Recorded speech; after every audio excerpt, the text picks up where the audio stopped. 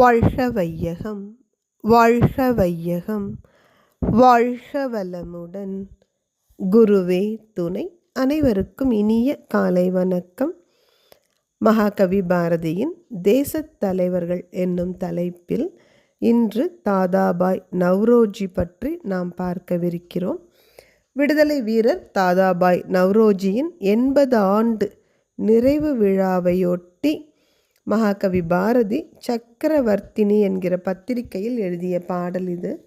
முன்னாளில் ராமபிரான் கோதமன் ஆதிய புதல்வர் முறையின் நின்று பன்னாடு முடிவணங்க தலைமை நிறுத்திய எமது பரத கண்ட மின்னாள் இங்கு இந்நாளின் முதியோலாய் பிறரெல்ல வீழ்ந்த காலை அந்நாளை துயர் தவிர்ப்பான் முயல்வர் சில மக்கள் அவர் அடிகள் சூழ்வாம்.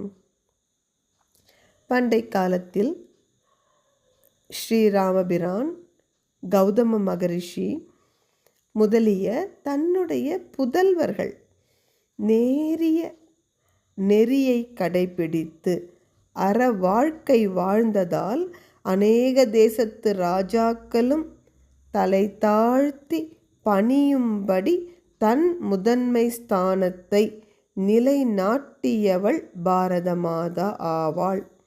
அந்த பாரத மாதா இக்காலத்தில் வயோதிக பருவம் அடைந்தவளாய் மற்றவர்கள் இகழ்ந்து உரைக்கும்படி தாழ்நிலை அடைந்த போது அந்த பாரத மாதாவை கஷ்டத்திலிருந்து விடுவிப்பதற்காக மாந்தர்கள் சிலர் முயற்சி செய்து கொண்டிருக்கிறார்கள்.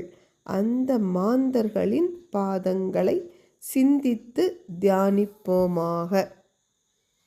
இந்த முதல் கவிதையில் அவர் தாதாபாய் நவ்ரோஜியை பற்றியே சொல்லலை. அவர் என்ன சொல்கிறாரு?